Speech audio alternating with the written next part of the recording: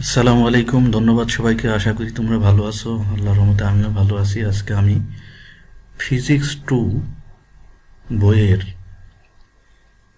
Thermometry and hit capacity অর্থাৎ thermometry ও তাপ ধারকত্ব বিষয়ের আলোকপাত করব। তো প্রথমেই আলাপ আলোচনার শুরুতেই কিছু বিষয়গুলা আলাপ আলোচনা করা দরকার। সেটা হচ্ছে তাপ কাকে বলে, তাপমাত্রা কাকে বলে, তাপ ও তাপমাত্রার মধ্যে পার্থক্য কি, এসব বিষয়। তো চলো দেখে নেওয়া যাক। তো প্রথমে তাপ কি? আমরা সবাই তাপ কথাটির সাথে পরিচিত।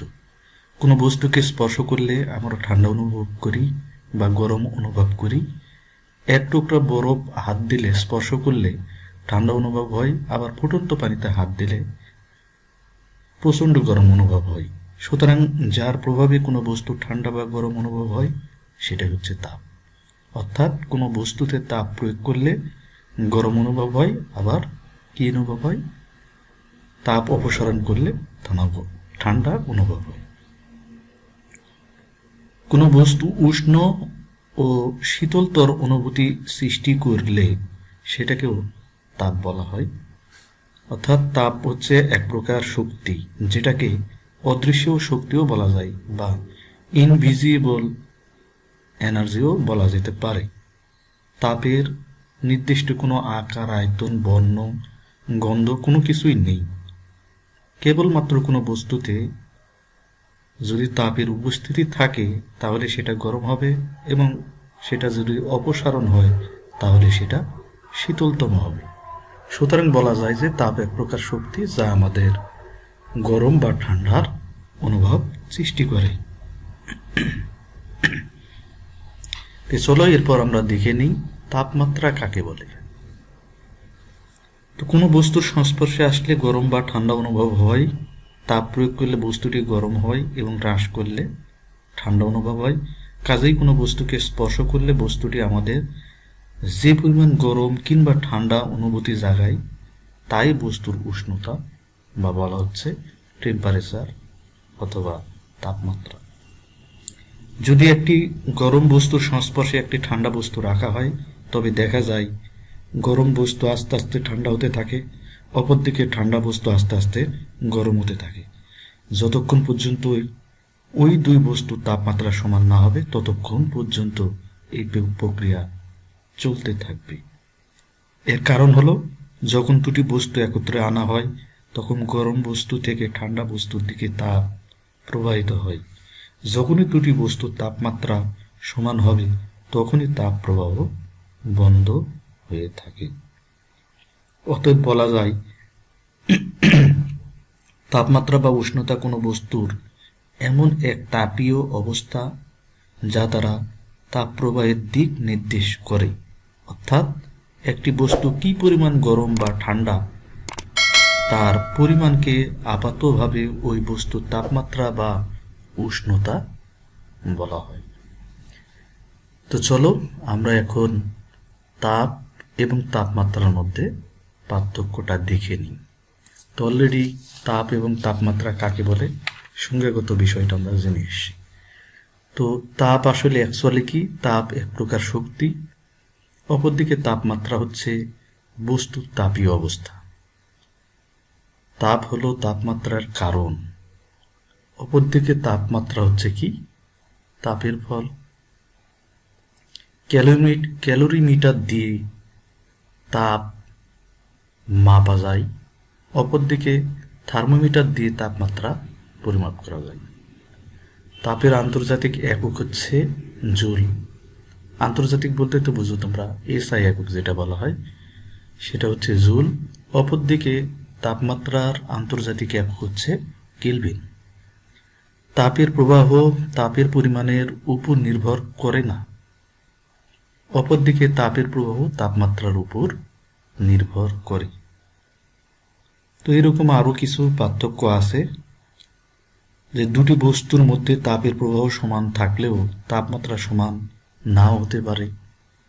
অপরদিকে দুটি বস্তুর মধ্যে তাপমাত্রা সমান থাকলেও তাপ সমান নাও হতে পারে। মাত্রা হিসেবে যদি আমরা দেখি তাহলে বলা যায় তাপমাত্রা সমীকরণ বা তাপের মাত্রা সমীকরণ হচ্ছে mL²/T²। অপরদিকে তাপমাত্রার কিন্তু কোনো মাত্রা সমীকরণ নেই। তাপমাত্রার কথা বলতে গেলে ক্যালোরিমিটারে তাপ সম্পর্কে আলোচনা করা যায়, অপরদিকে থার্মোমিটারে তাপমাত্রা সম্পর্কে আলোচনা করা হয়। তো এই হচ্ছে তাপ এবং তাপমাত্রার মধ্যে পার্থক্য।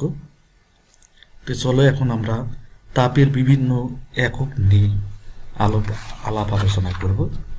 তো তাপের বিভিন্ন ধরনের একক রয়েছে, তো নিম্নে কয়েকটি একক সম্পর্কে আলোকপাত করা হচ্ছে। প্রথমে হচ্ছে সিজিএস। সিজিএস এককটা কি? সেটা হচ্ছে সেকেন্ড গ্রাম সেকেন্ড, সেন্টিমিটার গ্রাম সেকেন্ড।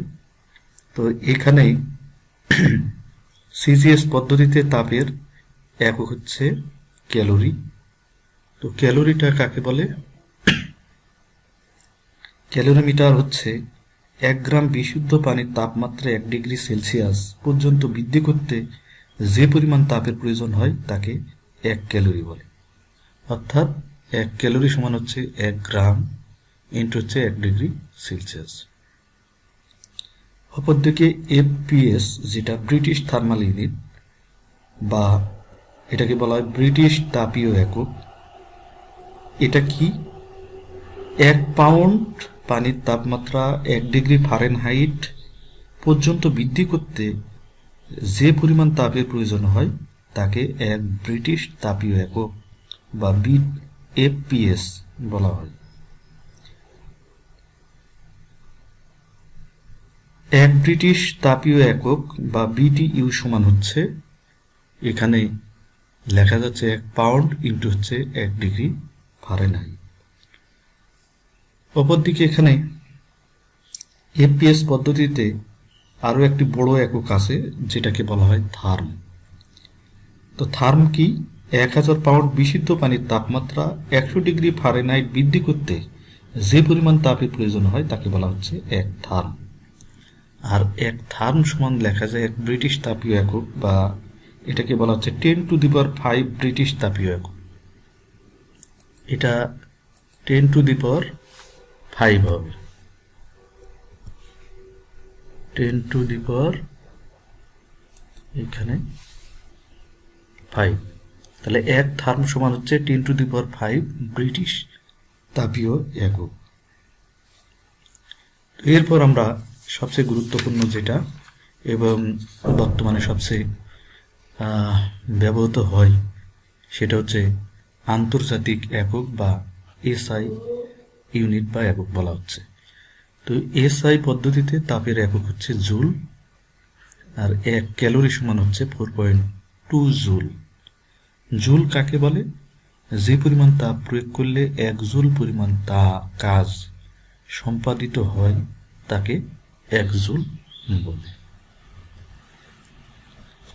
তো চলো আমরা এখন বিভিন্ন তাপমাত্রা বিভিন্ন স্কেল সম্পর্কে আলোকপাত করি। তো তাপমাত্রা পরিমাপ করার জন্য মোটামুটি 5 ধরনের স্কেল ব্যবহার করা হয়। Celsius scale, Fahrenheit scale, Kelvin scale, Romer scale, Rankine scale, এরকম ধরনের 5 ধরনের স্কেল ব্যবহার করা হয়ে থাকে। তো আমরা দেখে নেই সেলসিয়াস স্কেলের ক্ষেত্রে মানটা কিভাবে নির্ণয় করতে হয়। আসলে তাপমাত্রা নির্ণয় করতে গেলেই আমাদের নিম্ন স্থিরাঙ্ক, ঊর্ধ্ব স্থিরাঙ্ক এই বিষয়গুলো আমাদের খেয়াল করতে হয়। তো নিম্ন স্থিরাঙ্কটা কি? এখানে যেটা আমরা দেখতেছি সেটা হচ্ছে স্বাভাবিক বায়ু চাপে যে তাপমাত্রায় বিশুদ্ধ বরফ গলে তাকে সেলসিয়াস বা পারদ থার্মোমিটারের নিম্ন স্থিরাঙ্ক হিসাবে ধরা হয়। অপরদিকে ঊর্ধ্ব স্থিরাঙ্কটা কি?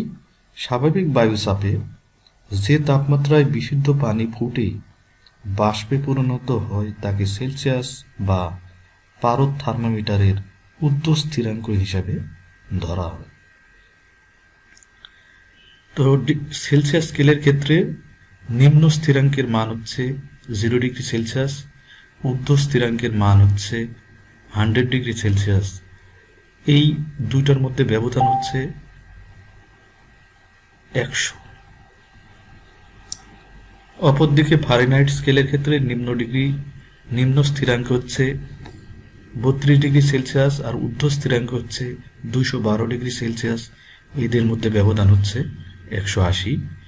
কেলভিন স্কেলের ক্ষেত্রে নিম্ন স্থিরাঙ্ক 273°C, ঊর্ধ্ব স্থিরাঙ্ক 373°C এবং এদের মধ্যে ব্যবধান হচ্ছে 100। রোমার স্কেলের ক্ষেত্রে নিম্ন স্থিরাঙ্ক হচ্ছে 492°C, ঊর্ধ্ব স্থিরাঙ্ক 672°C এবং এদের মধ্যে ব্যবধান হচ্ছে 180। অপরদিকে র্যাঙ্কিং স্কেলের ক্ষেত্রে নিম্ন স্থিরাঙ্ক হচ্ছে 0°C, ঊর্ধ্ব স্থিরাঙ্ক 80°C এবং এদের মধ্যে ব্যবধান হচ্ছে 80। তো এই আমরা বিভিন্ন স্কেলের ক্ষেত্রে নিম্ন স্থিরাঙ্ক এবং ঊর্ধ্ব স্থিরাঙ্ক কত এবং এদের মধ্যে ব্যবধান কত সেই বিষয়টি আমরা দেখলাম। তো এখন এই স্কেলগুলোর মধ্যে সম্পর্কটা আমরা একটু দেখব। তো থার্মোমিটারের ক্ষেত্রে যে কোনো থার্মোমিটারের ক্ষেত্রে একটা সাধারণ সূত্র আছে, সেটা হচ্ছে এক্স মাইনাস এক্স আইস মানে নিম্ন স্থিরাঙ্ক, এক্সট্রিম মানে ঊর্ধ্ব স্থিরাঙ্ক, এক্স আইস নিম্ন স্থিরাঙ্ক। এই সাধারণ সূত্রের উপর ভিত্তি করে একটা স্কেলের মধ্যে সম্পর্ক নির্ধারণ করা হয়েছে। সেটা কি? এক্স হচ্ছে পার্ট কোন স্কেলের ক্ষেত্রে? সেলসিয়াস স্কেলের ক্ষেত্রে যদি আমরা দেখি, তো সেলসিয়াস স্কেলকে সি দ্বারা প্রকাশ করা হয়। এর নিম্ন স্থিরাঙ্ক হচ্ছে 0, ঊর্ধ্ব স্থিরাঙ্ক 100 এবং নিম্ন স্থিরাঙ্ক হচ্ছে 0। অপরদিকে ফারেনহাইট স্কেলের ক্ষেত্রে নিম্ন স্থিরাঙ্ক 32, ঊর্ধ্ব স্থিরাঙ্ক 212 এবং নিম্ন স্থিরাঙ্ক 32। আমরা এই সমীকরণকেই কেন্দ্র করে এই মানগুলো আমরা এখানে বসাচ্ছি। র্যাঙ্কিং স্কেলের ক্ষেত্রে যেটাকে RN দিয়ে প্রকাশ করা হয়, সেটার নিম্ন স্থিরাঙ্ক হচ্ছে 492, ঊর্ধ্ব স্থিরাঙ্ক 672 আবার নিম্ন স্থিরাঙ্ক 492। অপরদিকে রোমার স্কেলের ক্ষেত্রে নিম্ন স্থিরাঙ্ক 0, ঊর্ধ্ব স্থিরাঙ্ক 80 আবার নিম্ন স্থিরাঙ্ক 0। কেলভিন স্কেলের ক্ষেত্রে নিম্ন স্থিরাঙ্ক হচ্ছে 272, ঊর্ধ্ব স্থিরাঙ্ক 273, এটা ঊর্ধ্ব স্থিরাঙ্ক 373 এবং নিম্ন স্থিরাঙ্ক হচ্ছে 273। তো আমরা এখানে যদি সমীকরণটা ক্যালকুলেশন করি, তাহলে সি বিয়োগ 0 মানে এখানে 0 হয়ে যায়, শুধু সি হিসাবে লিখতে পারি। 100 থেকে 0 বিয়োগ করলে 100, এফ বিয়োগ 32, নিচে 212 থেকে 32 বিয়োগ করলে 180, RN 492, 672 থেকে 472 বিয়োগ করলে 180, আর মাইনাস 0 মানে এখানে আর হিসাবে আমরা লিখতে পারি 80 বিয়োগ 0 মানে 80। তারপর কেলভিন স্কেলের ক্ষেত্রে কে মাইনাস 273, 373 থেকে 273 বিয়োগ করলে এখানে আমরা পাচ্ছি 180। তো এখন আমরা এই নিচের যে মানগুলো আছে এই সবগুলাকে যদি আমরা 20 দ্বারা ভাগ করি তাহলে কি পাই? তো 100কে 20 দ্বারা ভাগ করলে 5, 180কে 9, 180 9, 80 কি বিয়োগ করলে 4, 180 কে 9।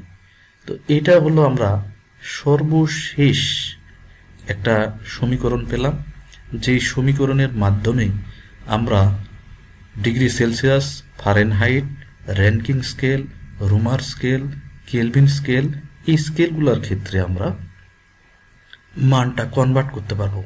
অর্থাৎ ডিগ্রি সেলসিয়াস থেকে ফারেনহাইট যদি আমরা কনভার্ট করতে চাই, জাস্ট এটার সাথে এটার সম্পর্ক আলাদা করে নিলেই হয়ে গেল। তখন আমরা জাস্ট খালি এই দুইটা আলাদা করে ধরব। অপরদিকে ডিগ্রি সেলসিয়াসের সাথে যদি র্যাঙ্কিং স্কেলের পার্থক্য নির্ণয় করতে যাই বা সম্পর্ক নির্ণয় করতে যাই, তখন C/5 RN মাইনাস 492/9 এটা আলাদা করে নিয়ে আমরা এই সম্পর্ক থেকে এদের মধ্যে কনভার্সন বের করতে পারি সহজে। তো আশা করি তোমরা তাপমাত্রা এবং তাপমাত্রা পরিমাপ করার জন্য বিভিন্ন স্কেল সম্পর্কে যেসব আলাপ আলোচনা তোমরা খুব ভালোভাবে বুঝতে পেরেছো। তো তোমরা আমার এই ভিডিওটির সাথে সবসময় সাবস্ক্রাইব করে বেল আইকন চেপে সাথে থেকো, যাতে তোমরা পরবর্তী ভিডিওগুলো খুব সহজেই পেতে পারো। তো ভালো থেকো সবাই, ধন্যবাদ সবাইকে, আসসালামু আলাইকুম।